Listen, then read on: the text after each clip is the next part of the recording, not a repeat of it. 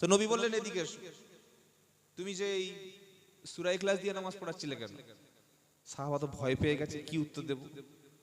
আল্লাহর নবী সাহাবা বলেন, হে আল্লাহর নবী, এই সূরা ইখলাসটা যখন পড়ি তখন আমার মনে হয় যে আল্লাহর যে পরিচয়, আল্লাহর যে প্রশংসা এই সূরার মধ্যে আছে, আল্লাহর ভালোবাসায় এই সূরাটি আমি পড়ি। বলুন সুবহানাল্লাহ। আমার নবীজি বললেন, আল্লাহর ভালোবাসায় যদি তুমি এই সূরাটি পড়ে থাকো, এই সূরার মোহাব্বত, আল্লাহর ভালোবাসার কারণে সূরা মোহাব্বত তৈরি হয়েছে, এই সূরা ইখলাসের ভালোবাসা তোমাকে জান্নাতে নিয়ে যাবে। জোরে বলবেন না সুবহানাল্লাহ। মোবাইলের সঙ্গে অতিরিক্ত ভালোবাসা করবেন না, পেপার পত্রিকার সঙ্গে বেশি ভালোবাসা করার দরকার নাই, চায়ের দোকানের সঙ্গে বেশি ভালোবাসার দরকার নাই, পাড়ায় আড্ডা দেওয়ার বেশি দরকার নাই। যেই নামাজটা হয়ে যাবে মাগরিবের সময়, ইমাম সাহেব মসজিদে থাকেন না, উড়ে চলে যান। থাকে মাগরিব থেকে আসা পর্যন্ত ঘুমিয়ে পড়ে নাকি, বসে থাকে। তো আপনি যদি বলেন হুজুর আমার সূরা ইখলাসটা একটু ঠিক করে দিন, আর একটা সূরা মুখস্থ করে দিন, যদি আপনি বলেন, উনি আপনাকে মসজিদ থেকে বার করে ভিতর থেকে চাবি দিয়ে যাবে, তাই তো নাকি? শেখাবে না? কি শেখাবে না? শেখাবে না। সেজন্য সূরা ইখলাসটা আমরা প্রত্যেকদিন রাতে 3 বার আমল করতে করতে ঘুমাবো। বলুন ইনশাআল্লাহ।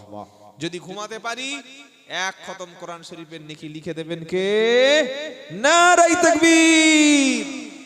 আমল বলে দিয়ে গেলাম, ইনশাআল্লাহ করলে আপনাদের লাভ। প্রত্যেকদিন সূরা ইখলাস 3 বার, এক খতম কোরআন শরীফের সওয়াব নিয়ে ঘুমাবেন। সুবহানাল্লাহ। হযরত নূহ আলাইহিস সালাম, নূহ নবী নাম শুনেন নাই?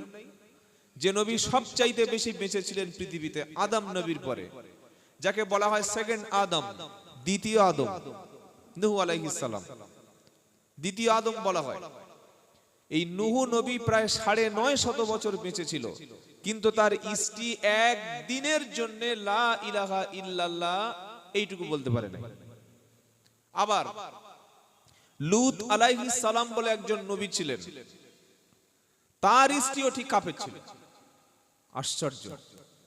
আবার নূহ আলাইহিস সালামের ছেলে ছিল কেনান, সেও কাফের ছিল, ঈমান আনতে পারেনি।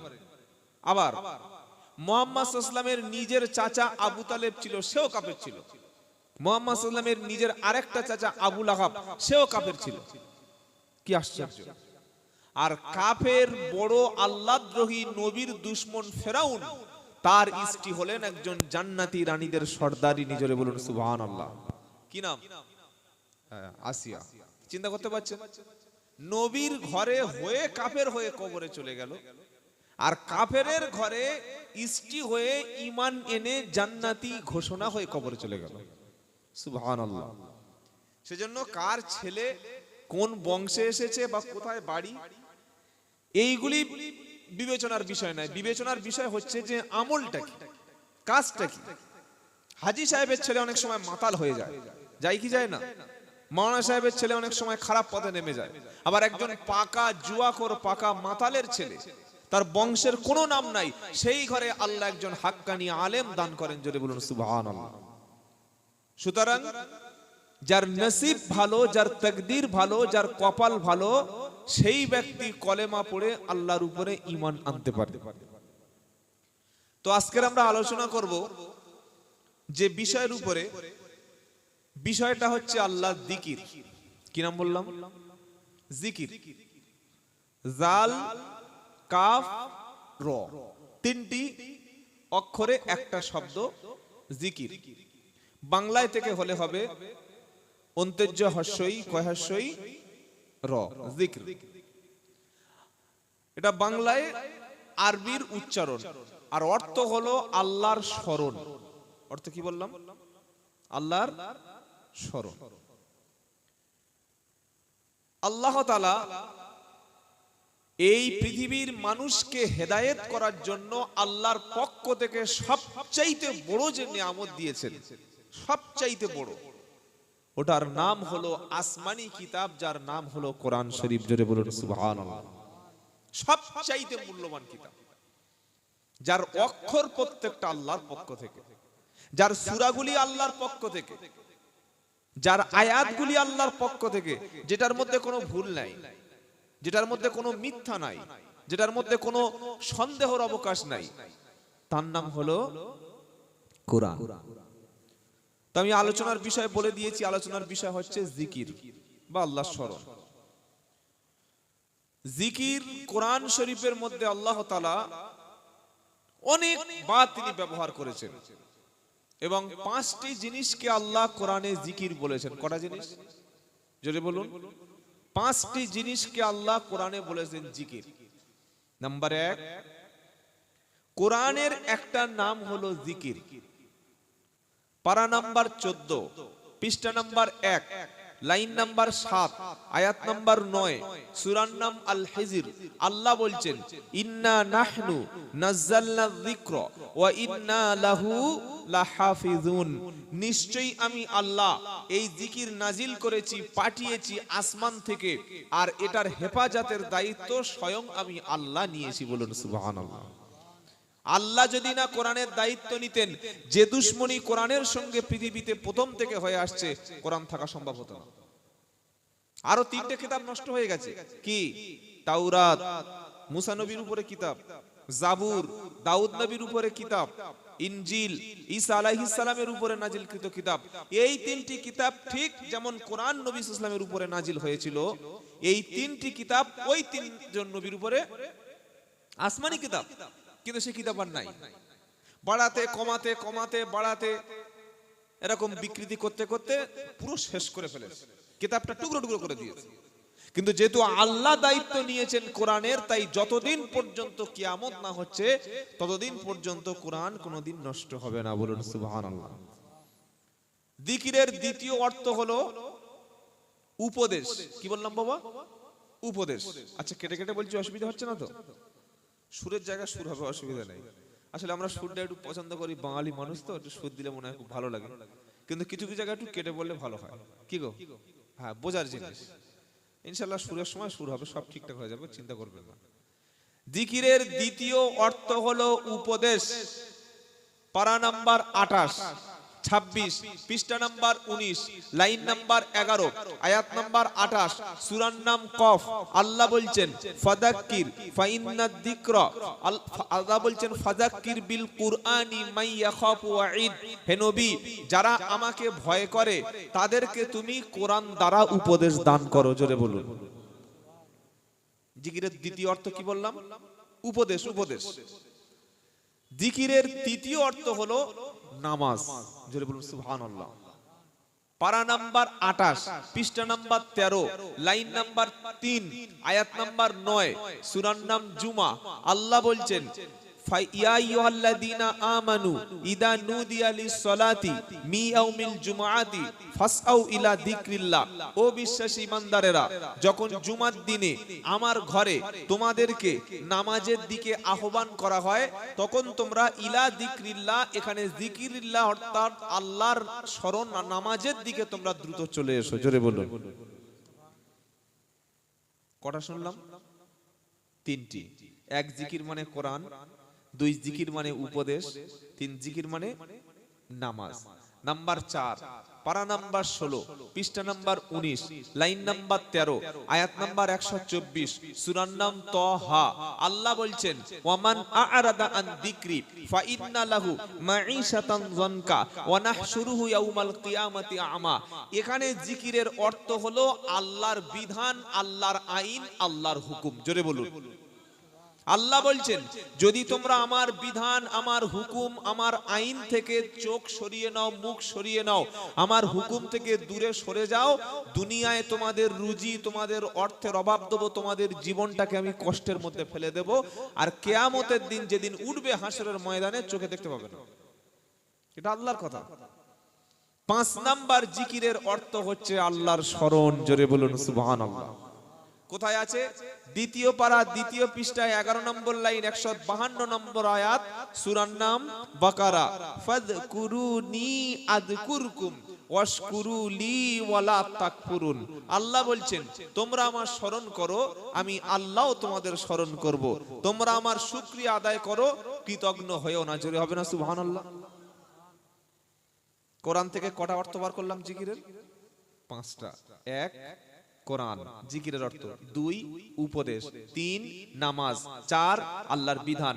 5 আল্লাহর স্মরণ। জোরে হবে না সুবহানাল্লাহ। এবার চলুন একটা একটা করে বিস্তারিত ব্যাখ্যা শুরু করি। প্রথমে আমরা বলেছিলাম জিকিরের অর্থ হলো কুরআন। জিকিরের অর্থ কুরআন। ধরুন আপনি বললেন আল্লাহু আকবার, কি বলেন বাবা একটু জোরে বলুন। এটা বললে সওয়াব আছে না নাই? আছে, আছে। একটা অক্ষর আলিফ যদি কোনো বান্দা উচ্চারণ করে সাথে সাথে আল্লাহ 10টা নেকি লিখে দেয়, বলুন সুবহানাল্লাহ। যেমন কেউ পড়লো বিসমিল্লাহির রহমানির রহিম, এটা প্রত্যেকটা সূরার প্রথমে আছে, শুধু সূরা তাওবা ছাড়া। মানে 114 বার আল্লাহ তাআলা এই বাক্যটা কোরআনে ইউজ করেছে, বলুন সুবহানাল্লাহ। তো সূরা তাওবা ছাড়া প্রত্যেকটা সূরার শুরুতে আল্লাহ যখন বিসমিল্লাহ বলে শুরু করেছে, এই বিসমিল্লাহির রহমানির রহিমের মধ্যে 19টা অক্ষর আছে। কটা? 19টা। আর একটা করে নেকি হলে বিসমিল্লাহির রহমানির রহিমের মধ্যে, তাহলে 19 কে 10 দিয়ে গুণ করলে 190। অর্থাৎ কেউ যদি এরকম বলে বিসমিল্লাহির রহমানির রহিম, এটা বলার সাথে সাথে 190টা নেকি লেখা হয়ে যাবে। এটা কনফার্ম। এ নাকি মানে হতে পারে না হতে পারে এরকম কোনো ব্যাপার না। ধরুন আপনি নামাজ পড়লেন, কবুল হতে পারে নাও হতে পারে। কি গো, মসজিদে 2 লাখ টাকা দিলাম, কবুল হবে কনফার্ম? হতে পারে নাও হতে পারে, সন্দেহ আছে। হজ করতে গেলাম, আমি হাজি নামের আগে লিখছি হাজি, হ্যাঁ, কিন্তু হাজি হয়েছে কিনা ওইটা আমার কাছে কোনো গ্যারান্টি নেই। আমি হাজি গ্যারান্টি দিচ্ছি, হাজি হাজি হাজি হাজি আলহাজ আলহাজ, কিন্তু আমি যে হাজি হয়েছি আল্লাহর কাছে হাজি কিনা এই ব্যাপারে কোনো গ্যারান্টি নেই। আছে? মানুষ বলছে হাজি সাহেব তাই হাজি। হ্যাঁ, আবার ধরুন আপনি যাকাত দিলেন, যাকাত শতকরা 2.5%, এই যাকাতটা কবুল হলো কিনা এই ব্যাপারে কোনো গ্যারান্টি নাই। যাকাত দিয়েছি এতটুকু মনের বিশ্বাস, কিন্তু আপনি যখন বললেন একটি অক্ষর কোরআনের পড়লেন, এটা সাথে সাথেই কবুল হবে, বলুন সুবহানাল্লাহ। হ্যাঁ, গ্যারান্টি আছে।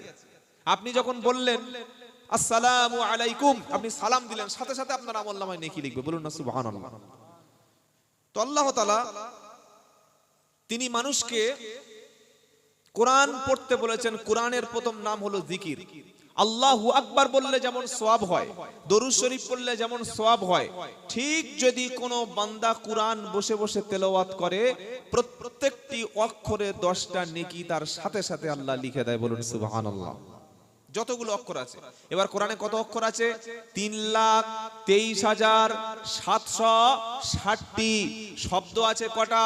86,430টি। বাক্য আছে কটা? 6,666। সূরা আছে কটা? 114টি। এবার বলুন 3,07,760টি অক্ষর যদি কোনো মানুষ পড়ে, সাথে সাথে ওর সঙ্গে 10 গুণ করলে কত লাখ নেকি হবে, জোরে বলুন না সুবহানাল্লাহ। অনেক নেকি আছে না নেই? কেন সবচাইতে বেশি যে কিতাবটা আমরা পড়বো নাম কি? কোরআন।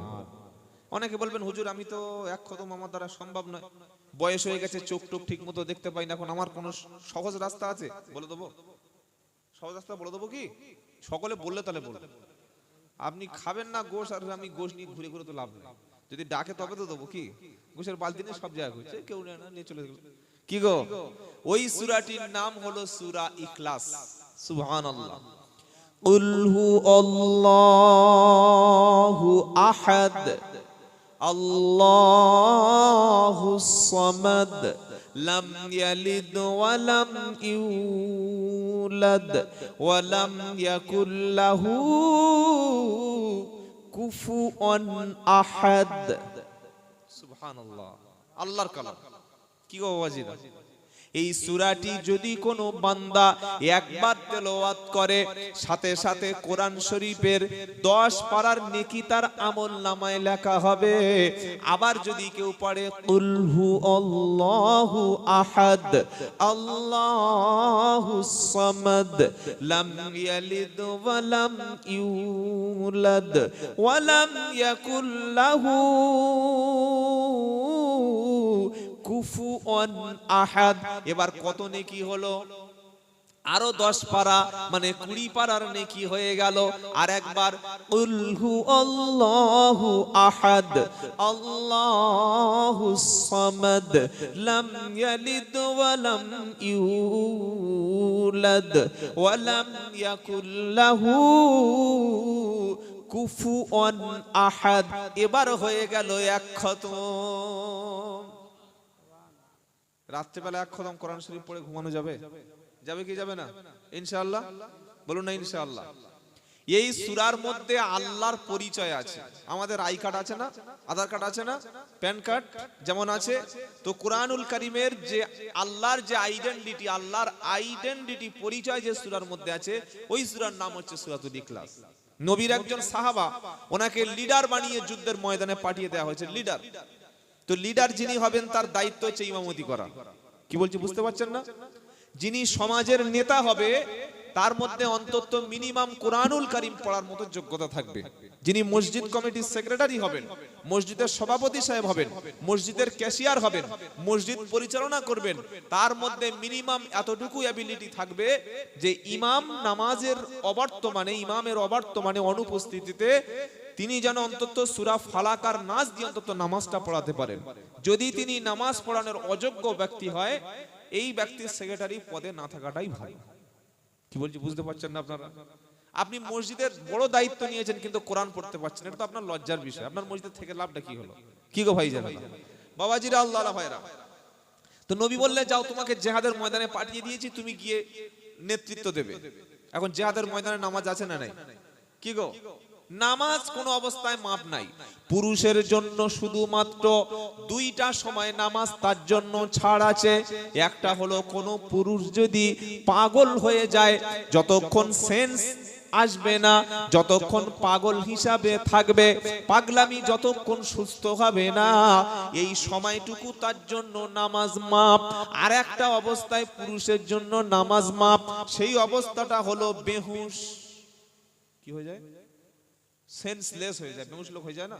7 ঘন্টা 8 ঘন্টা 9 ঘন্টা 10 ঘন্টা 12 ঘন্টা অনেক সময় অপারেশনের পরে বেহুশ হয়ে যায়। বেহুশ হয়ে থাকা অবস্থা তার জন্য নামাজ মাফ আছে। আর বেটা ছেলের জন্য কোনো অবস্থায়, কোনো হালতে, কোনো পজিশনে, কোনো বিপদে, কোনো সিচুয়েশনে তার জন্য নামাজ মাফ নাই। সুবহানাল্লাহ। জিহাদের ময়দানে নামাজ, হ্যাঁ সেখানে নামাজ। তো তিনি নামাজে ইমামতি করছেন, প্রত্যেকটা রাকাতের নামাজে তিনি সূরা ফাতিহার পরে সূরা ইখলাস দিয়ে নামাজ পড়াচ্ছেন। বিশ্ব নবীর কাছে যুদ্ধ থেকে ফিরে এসে সাহাবারা কমপ্লেন করলেন, অভিযোগ পত্র জমা দিল, হে আল্লাহর নবী, এই ব্যক্তি যখন আমাদেরকে নামাজে ইমামতি করে, এমন একজন ব্যক্তিকে পাঠিয়েছেন সূরা ফাতিহার পরে প্রত্যেক নামাজে তিনি একই সূরা পড়ে, সূরা ইখলাস, কুল হু আল্লাহু আহাদ, এই সূরাটা দিয়ে তিনি নামাজ পড়ায়। আল্লাহর নবীজি অভিযোগটা শোনার পরে ওই ব্যক্তিকে ডাকলেন, ডেকে আনো দেখি। আসলো, আল্লাহর নবী ডেকেছে মানে সে তো ভয়ে একদম ভীত সন্ত্রস্ত হয়ে গেছে যে আল্লাহর নবী কি বলবেন। এদিকে আসো, তুমি ইমামতি করেছো কি রকম? বললে আর কিছু বলতে পারছে না। বলো বলো বলো। বললে আমি সূরা ইখলাস পড়িয়েছি সূরা ফাতিহার পরে। কেন বললে? তোমার আর সূরা মুখস্থ ছিল না? হ্যাঁ ছিলাম। কি গো, আপনাদের ইমাম সাহেব যদি প্রত্যেক দিন এই সূরা ইখলাসটা মাগরিবে এশায় পড়ে, ইমামতি থাকবে তো? ইমামতি থাকবে? ওনার ইমামতির ঠিক করে দেবো আমরা, হুজুর হ্যাঁ চলবে না। সাধারণ মানুষ ফতোয়া দিচ্ছে এই ইমামের পিছনে নামাজ হবে না। কি দিচ্ছে না, তাই না? ইমামের পিছনে নামাজ হবে কিনা এই ফতোয়াটা একজন মুফতি সাহেব দিতে পারে, সাধারণ মানুষের দেওয়ার অধিকার নেই। ফতোয়া দেওয়ার ডিপার্টমেন্ট পুরো মুফতি সাহেবদের। কোন বক্তা, কোন আলেম ফতোয়া দিতে পারে না। আমরা তো জলসায় বলে দিই ওর বক্তব্য শোনার জায়েজ নাই। আমরা জলসায় বলে দিই অমুক বক্তা কাফের, বলি না? আরে বলছি না, বলি না?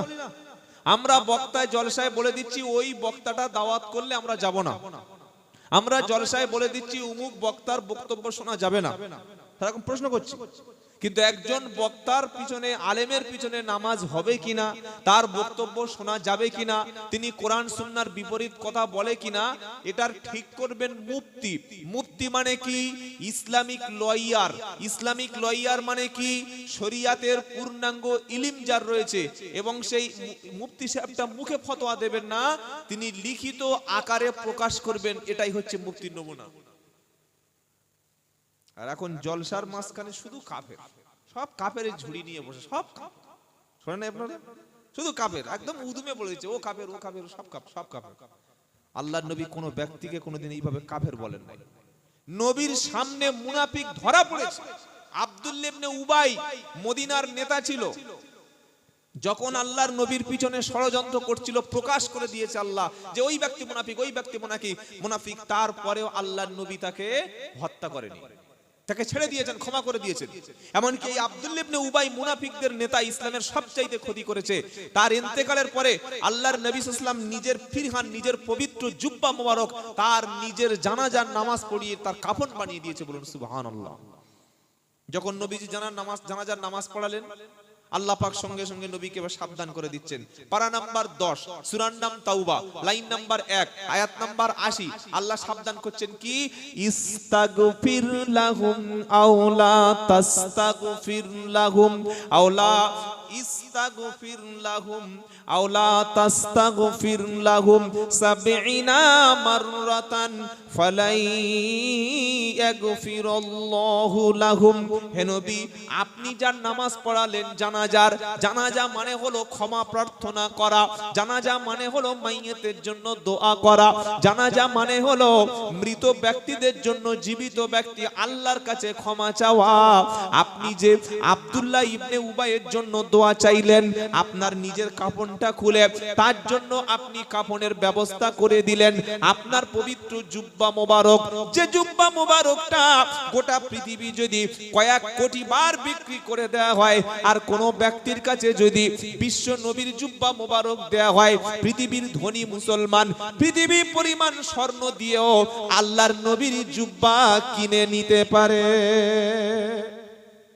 কি গো, পারে না? পারে না? পারে। এমনও মানুষ আছে যে যদি বলি ভাই নবীর জুব্বা আমার কাছে আছে, যদি কোনো রাজা বাদশা সৌদি থেকে বলে, পৃথিবীর সবচাইতে ধনী মুসলমান আল্লাহ রসুলের যত কোটি টাকা লাগ দিয়ে ওই জুব্বাটা কিনতে রাজি হবে। হবে না? হবে না? এটা ছেলে খেলা ব্যাপার নয়। যে জুব্বা নিয়ে নবী নামাজ পড়াতেন, যে জুব্বা পরে আল্লাহর নবী আল্লাহর কোরআন তেলাওয়াত করতেন, নবী জিহাদের লিড দিতেন, সেই জুব্বা ওটা খুলে দিয়েছিল কার জন্য? আব্দুল্লাহ ইবনে উবাই, মুনাফিকদের সর্দার। বাইরে মুসলমান আর ভিতরটা মুনাফিক। কি বলছি বুঝতে পারছেন না? তরমুজ দেখেছেন আপনারা? তরমুজ খান না? বাইরে কি গ্রিন, বাইরে কালো, সবুজ টাইপের, একটু ব্লু টাইপের, নীল, আর ভিতরটা লাল, রেড। তো আমাদের মুসলমানদের মধ্যে মুনাফিক আছে, বাইরেটা ঈমান এনেছে, ভিতরটা কিন্তু ঈমান আনেনি। ওই ছিল মুনাফিকদের সর্দার। যখন জানাজার নামাজ পড়লেন, নবীজি কাফন খুলে তাকে দাফন করে দিলেন। নিজের জুব্বা মোবারক খুলে আল্লাহ সাথে সাথে সাবধান করলেন কি? ইস্তাগফির লাহুম আও লা তাস্তাগফির লাহুম। নবী, আপনি তার জন্য ক্ষমা চান আর না চান, দুটোই সমান। আপনি চাইলেও লাভ নাই, আর না চাইলেও একই ব্যাপার। কি গো, আপনি যদি আব্দুল্লাহ ইবনে উবাইয়ের জন্য দোয়া করেন তো আমি আল্লাহ ক্ষমা করব না, না করলেও ক্ষমা করব না। এমন কি আওলা তাস্তাগফির লাহুম 70 মাররাতান ফালাই ইয়াগফিরুল্লাহু লাহুম। আপনি যদি আব্দুল্লাহ ইবনে উবাইয়ের জন্য 70 বার যদি আপনি ক্ষমা চান, আল্লাহ ক্ষমা করে দাও, আল্লাহ ক্ষমা করে দাও, আল্লাহ মাফ করে দাও, একবার দুবার তিনবার নয়, গুনে গুনে কোরআনে সূরা তাওবার 80 নম্বর আয়াতটা খুলুন। আল্লাহ বলছেন 70 বার যদি আপনি ক্ষমা চান, ওই আব্দুল্লাহ ইবনে উবাইকে কখনো ক্ষমা করব না। নবী 70 বার দোয়া চাইলেন। তাফসীরে এসেছে যে আমি 70 বার, আল্লাহ বলেছে চেয়ে দেখবো।